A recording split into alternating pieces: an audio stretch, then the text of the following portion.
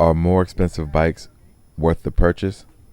Or should you be sticking with a budget model or something mid-grade? Let's talk about it.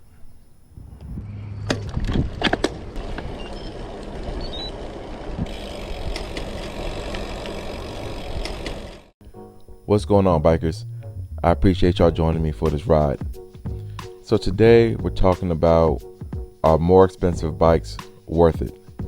Now, I get this topic a lot, and I hear a lot of people wonder if spending more for an expensive bike is worth the purchase.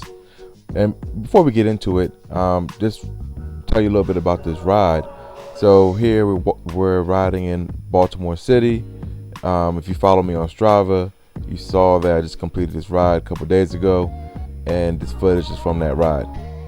So let's get into it. So we're talking about, are expensive bikes worth it? And to me, that's a very unique and complicated answer, to be honest. And I'm gonna give you my thoughts on it. Lots of people I hear talk about this topic often state how expensive bikes are not worth it, or don't spend your money on high-end bikes. And to me, I think that's not the most reasonable advice to give someone for a few reasons. Lots of times people throw blanket statements around on situations that are very unique. And before I explain that, I also feel that people will look at their personal situations and apply that to others as if they are in the same situations or even desire the same things that the previous person desires. A quote that I like is a quote by Warren Buffett, who said, "Price is what you pay, value is what you get." So as you hear that, I want to break down the word value. And when I look at the definition of the word value from dictionary.com, it reads as relative worth, merit, or importance. So as Warren Buffett puts it, it's not as much as the price you are paying, but the worth, and maybe even more importantly, the importance of what you are getting relative to that person. Which sums up what I was saying earlier. What may be important to you may not be important to me, and vice versa. So here's a few reasons why you may purchase a high-end bike. So the first one we're going to talk about is the high earner, or the person with extra income. First, if you're a high earner, your disposable income is not the same as someone who makes less, and you're paying for the same price for the bike regardless of how much you make. To this person, it may not impact their wallet or purse as much as others. Even if the benefits of the higher end bike are not as drastic as a lower end, it's still your money, and as long as you can afford it and that's what you want, I say go for it. Also, if you just happen to come into some extra money, an inheritance, maybe you sold your home, a bonus at your job, some people may even have sold their car to start a healthier lifestyle of commuting by bicycle, and you have a surplus of money and you're looking for a higher end bike. Then again, I would agree that a higher end bike may be worth it to those people. Now, the second person who may be looking at a higher end bike is that person who wants the latest and greatest. Some people don't really care about how reasonable the metrics are, or if they will even benefit from those metrics. It doesn't matter if it's a car or a cell phone, they just want the latest and greatest with all the bells and whistles that come along with it, despite if there's much performance upgrade. You are not looking towards racing, maybe you don't even ride that fast, and you stay with a group that rides at a modest pace. However, you like the look of the more expensive bike, the feel, and to be blunt, the bragging rights, because not everyone is performance focused. Now, contrary to number two, the third person who may be looking for a high-end bike and wondering if it's worth it is someone who is solely focused on performance. You are just looking for performance and money is not an object to you, and you want to have the best performing bike. Now, granted, is the performance that much better than a lower model? It may not be compared to the price, but even if it's a second faster, that could be enough for someone to make that purchase because they are solely focused on performance. So this person prioritizes having the best performing bike on the market.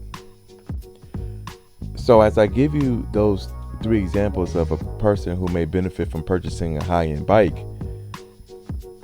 do I believe that everyone should be looking for the highest level bike? Of course not. To a lot of people, there's no benefit to them, and it can actually be a detriment to what they're trying to achieve. Now, who shouldn't be looking for a high-end bike? Now, the first person who shouldn't be looking for a high-end bike is a person who is on a budget. Now, I think a budget is one of the most important factors to consider when looking to purchase a bike. You don't want your bike to be a burden and have it set you back in other areas because you bought something that you couldn't afford. Now, the second person who shouldn't be looking for a high-end bike and it's not really worth it for them is a person who doesn't prioritize performance. Their focus is more so to use cycling as a pastime, as a social event, or maybe just to lose weight, and they don't need to spend a crazy amount of money on a bike, as they would not be taking advantage of the benefits that a higher end bike brings. So before we continue with the list, we're going to step away for a quick second so Chris can explain what bike he has and some upgrades that he's done to his bike. Hey, what's going on, everyone? It's Chris. I'm going to go over my 2020 Giant Defy and tell you guys, some of the small changes that I've done since I've gotten it. To start off with the wheels. So Giants come with some Giant branded PR2 wheels. I put on these light bicycle rims, and then I upgraded the tires as well to the Michelin Power Road tubeless. So this is a tubeless setup, 32 millimeter.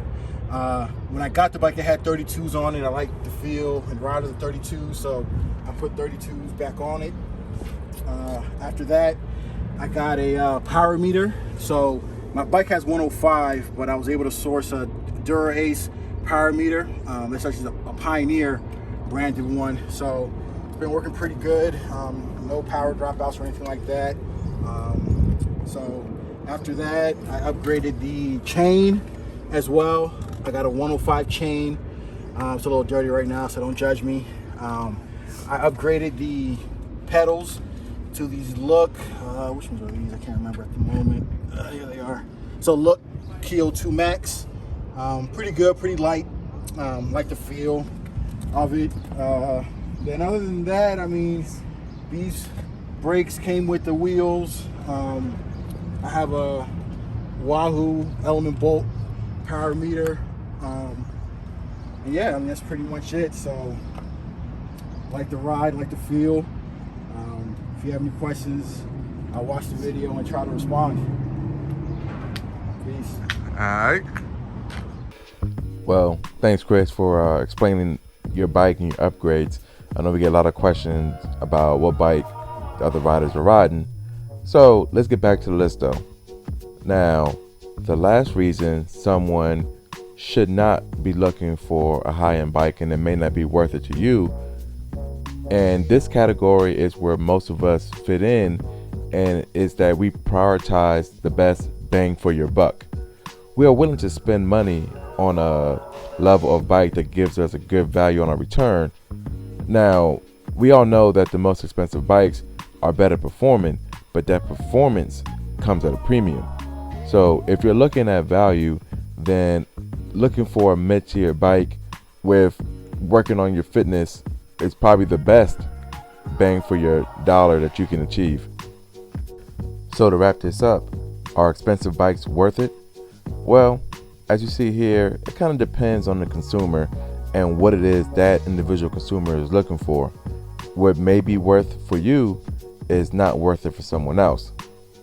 Well, with that being said, I'm going to go ahead and wrap up this video.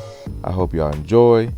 Don't forget to like, comment below, and subscribe. That way you'll be notified when I drop new videos. Until the next time, I'm going to talk to y'all soon. Keep on riding and be safe.